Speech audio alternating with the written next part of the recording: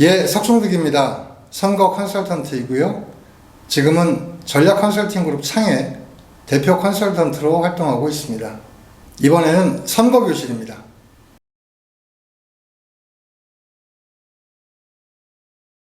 전략 컨설팅 그룹 창이 함께하는 실전 선거교실 29번째 시간 말 나르기가 표된다.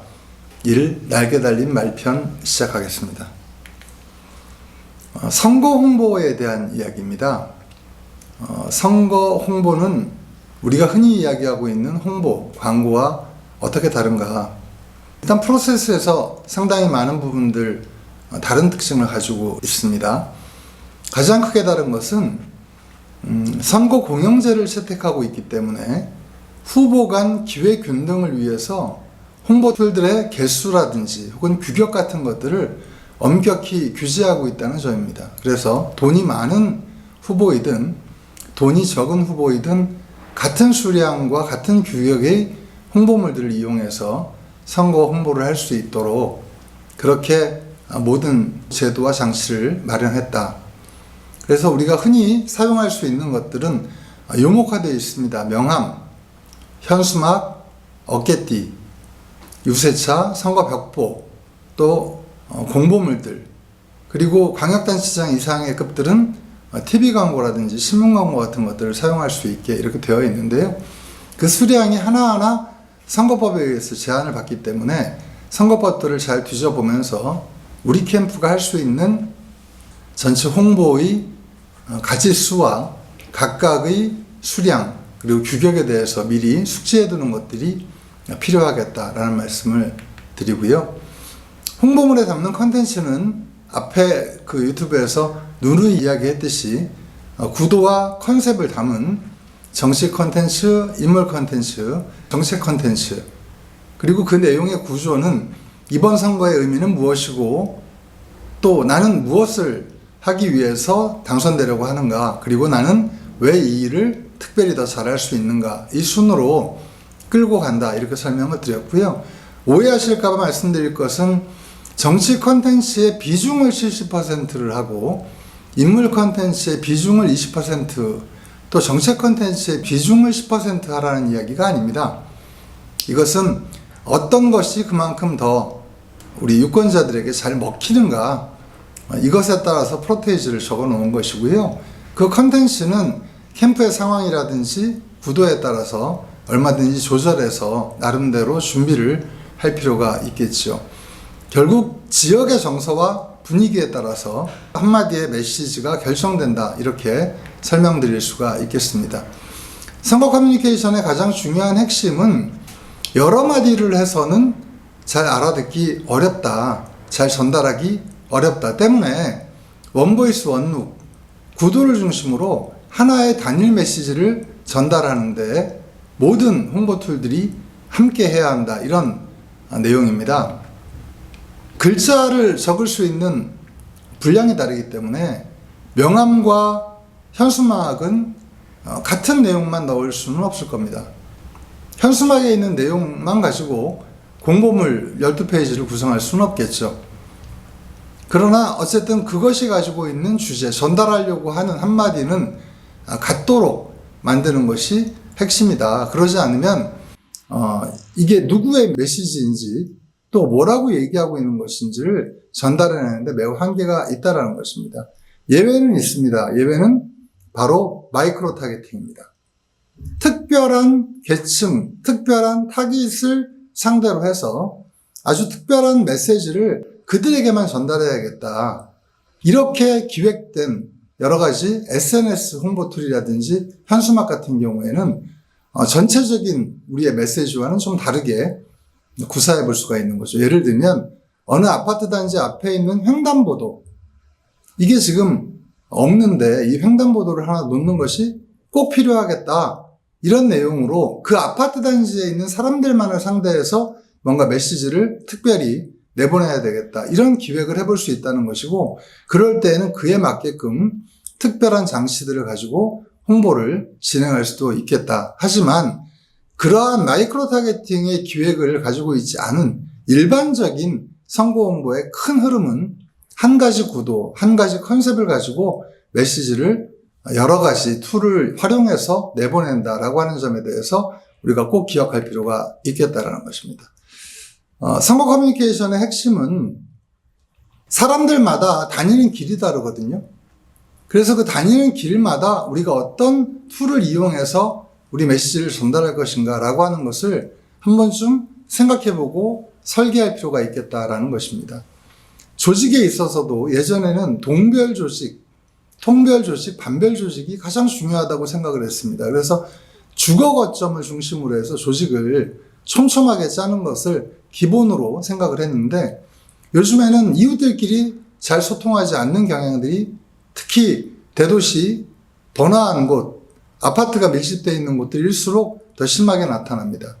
이런 것들은 오히려 훨씬 더 입소문이 빠르고 커뮤니케이션이 활발한 것들이 이를테면 학부모 모임이라든지 혹은 직장 내에서의 소통 이런 것들이 훨씬 더 강하게 작동되기 때문에 이것을 촘촘하게 지역으로 세울 것인가 아니면 우리 이야기가 퍼져나가는 포스트들을 그런 측면에서 기획을 별도로 할 것인가라는 문제는 생각을 해봐야 되는 것이죠. 그렇다면 대상별 동선이라는 것은 크게 어떻게 나뉘느냐? 첫 번째는 직장을 다니고 있는 사람들입니다. 직장을 다니고 있거나 아니면 자영업을 한다든지 해서 일터를 향하는 사람들은 어쨌든 도로를 차를 타고 움직이게 된다.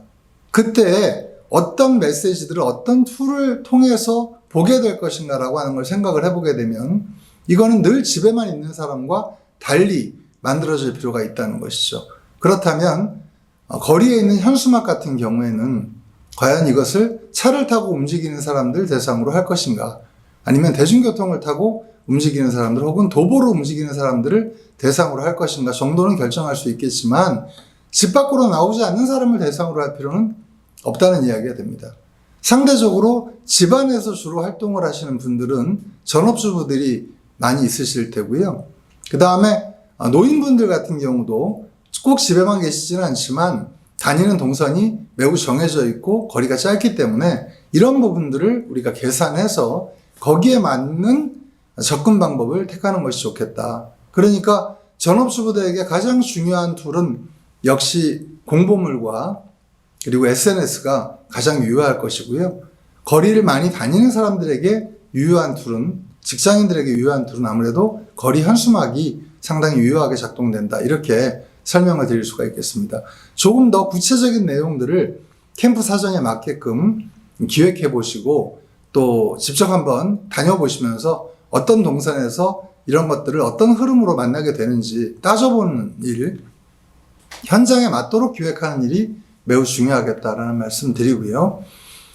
이런 측면에서 전업주부와 직장인들을 좀 구별짓는다면 그 외 유권자들을 마이크로 타겟팅 할 수 있는 사람들은 누가 있을까 생각을 해보게 되면 청년층, 노년층, 학부모, 동호회 혹은 어떤 아파트 주민 혹은 상인회 이런 것들이 있을 겁니다. 이런 타겟들을 상대로 해서는 마이크로 타겟팅을 하고 각각에 맞는 이해관계를 중심으로 정책 중심의 커뮤니케이션, 홍보를 운영하는 것도 방법이 된다.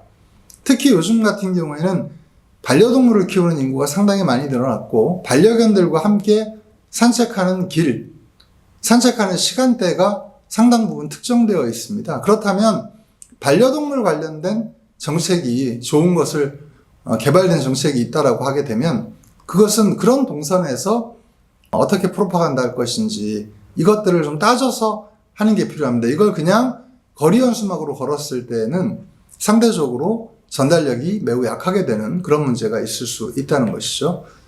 선거 홍보의 큰 갈래는 풀 전략과 푸시 전략이다. 저는 이렇게 설명을 하는데요. 풀 전략은 그냥 해석을 하자고 하면 당기는 전략이고 푸시 전략은 미는 전략이죠. 그래서 일반적으로 우리가 광고에서 사용할 때에는 풀 전략은 깊이를 주는 전략이고 푸시 전략은 넓게 확산해 나가는 전략이다. 이렇게 설명을 합니다. 캠프 조직분들을 상대로 해서 캠프 내부에 있는 분들을 상대로 해서 만약에 홍보를 한다면 풀 전략을 써야 할까요? 푸시 전략을 써야 할까요? 당연히 풀 전략을 써야 하겠죠. 그리고 뭔가 감동을 주는 일, 공감대를 아주 세게 가져가는 일, 이런 것들이 홍보에 있어 도움이 되는데, 넓게 퍼져 있는 유권자들을 상대로 해서 한마디를 전달하는 이런 내용들은 푸시 전략에 해당됩니다. 이것을 깊이를 가지려고 애를 쓰다 보면 우리는 그런 정성을 들여서 하겠다라는 마음이 있지만 받아들이는 사람들 입장에서는 그 긴 내용의 작은 부분만, 짧은 부분만 보게 되는 그런 경우가 생기기 때문에 효과를 잘 보지 못하게 되는 그런 경우들이 많다는 것입니다. 예를 한번 들어보죠. 캠프 내부의 디스플레이는 어떻게 해야 될 것인가? 어렵게 시간을 내서 우리 캠프를 찾아올 정도 되면 사실은 그분은 상당 부분 우리 편이라고 볼 수 있는데, 그분들은 오셔서 어떤 것들을 좀 담아가면 좋을까? 아, 나를 이렇게 많이 생각하고 있구나. 나는 나가서 어떤 말을 해야 될까? 이런 것들을 받고 싶어서 오시는 분들이다. 이렇게 우리가 생각할 수가 있을 겁니다.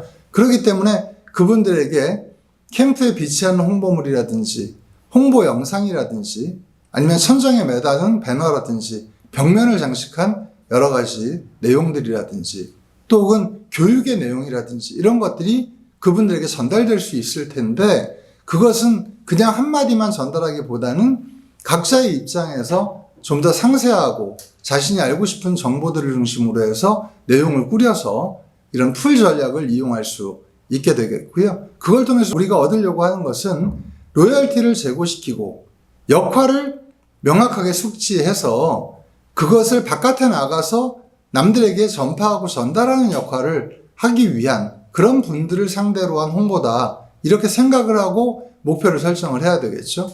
반면에 유세차 같은 경우에는 불특정 다수가 거리를 차로 지나거나 걸어서 지날 때 그때 전달하는 홍보 매체가 되기 때문에 이걸 가지고 우리가 할 수 있는 거라고는 가장 중요한 것은 사실은 후보의 이름 삭자, 인지도를 알리는 정도, 그리고 한 줄 정도의 내용을 담아낼 수 있는데, 대부분 이 경우에는 설득력을 가지려고 하면 잘 매칭되어지는 후보의 이미지를 주조를 하는 경우가 많습니다. 그런데 만약에 유세차에서 5분짜리 유세 연설, 이런 연설문을 틀었다, 이렇게 되게 되면 길거리 지나가는 사람이 그 이야기를 들을 수 있는 건 불과 5초, 10초, 길면 2, 30초 정도인데, 만약에 5분짜리 이런 연설을 진행을 하게 되면 멈춰서서 들을 사람들은 몇 명 되지 않는다는 겁니다. 때문에 유세차를 통해서 우리가 가장 많이 듣게 되는 것은 로고송이고, 그 로고송 중에서도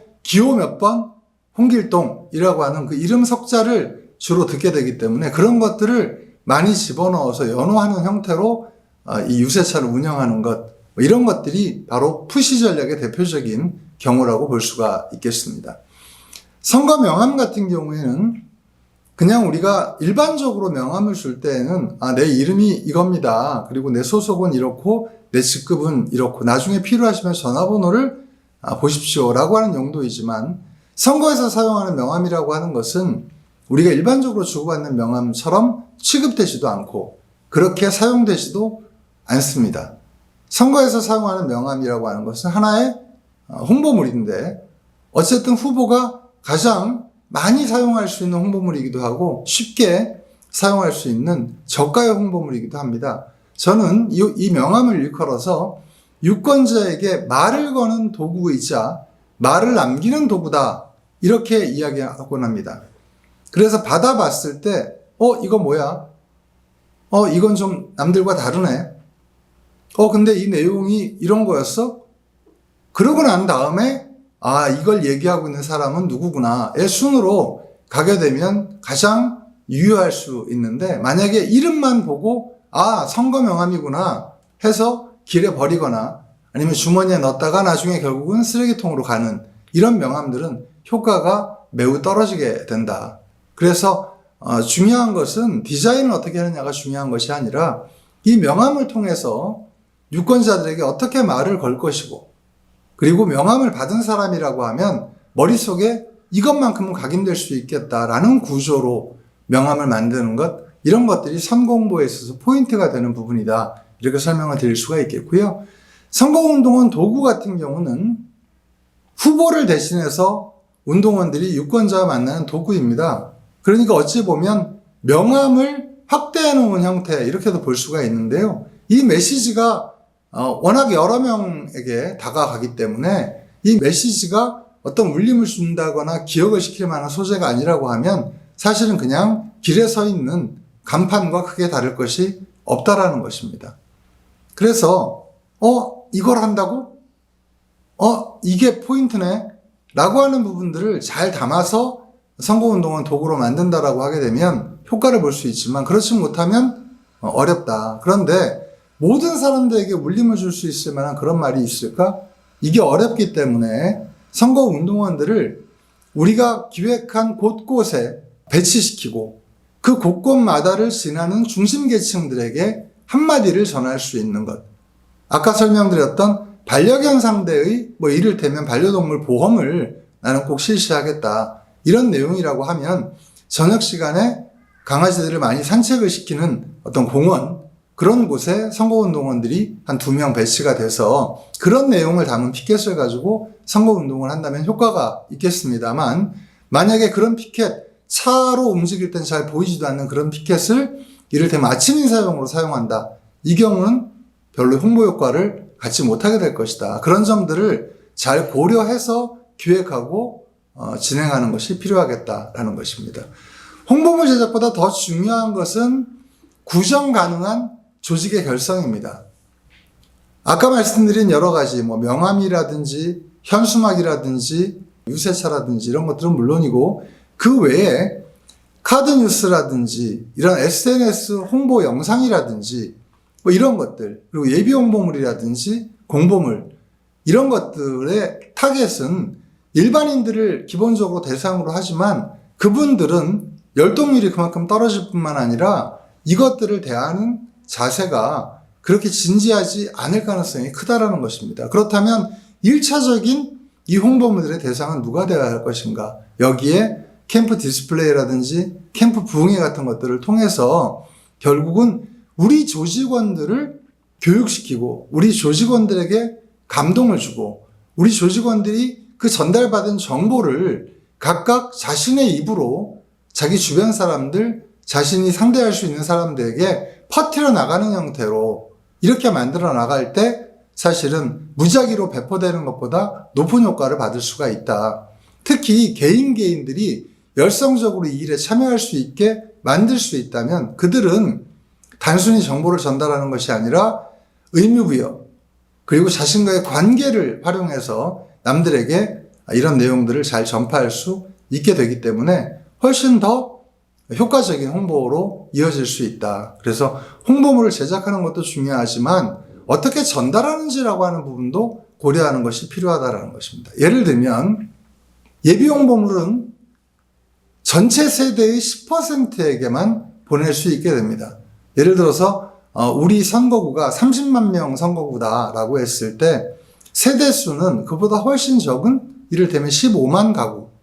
15만 가구 중에서도 10%만 우리가 보낼 수 있기 때문에 15,000권만 만들어서 이 15,000개의 홍보물을 우편물로 발송하게 되어 있는데 이렇게 보낸 홍보물이 잘 익히지 않고 그대로 쓰레기통에 들어가는 경우들도 얼마든지 있다는 것입니다. 만약에 할 수만 있다면 15,000명의 우리 조직 내지는 우리 조직과 미리 이야기되고 또 뭔가 우리를 도와줄 수 있는 분들을 그분들에게 주소까지 받아서 그분들에게 예비 홍보물을 첫 선을 보인다고 하면 그분들은 예비 홍보물의 내용을 잘 읽을 뿐만 아니라 일부 숙지된 부분들을 남들에게까지 전파하는 역할까지로 확산시킬 수 있기 때문에 훨씬 효과적이다. 그런데 그럴 만한 주소가 없고 그렇게 도와줄 만한 조직원이 없다면 그냥 무작위로 15,000개의 홍보물이 퍼져나가게 될 것이고 그것은 1, 2% 정도의 열동률도 갖지 못한 채로 거의 버려지게 되는 그런 결과를 갖게 됩니다. 돈 낭비이기도 하고요. 그리고 또 그만큼 한번 사용할 수 있는 기회를 잃는 것이기도 하죠. 이런 점들을 모두 고려해서 홍보물을 만들어야 하기 때문에 홍보물 각각을 따로따로 기획하기보다는 전체를 한 판 위에 놓고 어떻게 갈 것인지에 대한 구성을 함께 고민해서 통합적으로 제작하는 것. 이것이 선거에 있어서 가장 중요한 포인트다. 이렇게 설명드릴 수 있고요. 그런 홍보물 제작을 통해서 좋은 결과를 만들어낸 그런 사례들이 적지 않기 때문에 이것을 간과하지 마시고 그냥 대행사가 알아서 해주겠지라고 생각할 것이 아니라 함께 고민하고 이것을 통해서 전체적인 선거의 큰 축을 잡아나가는 그런 경사가 있었으면 좋겠다는 말씀을 마지막으로 이번 유튜브는 마치도록 하겠습니다.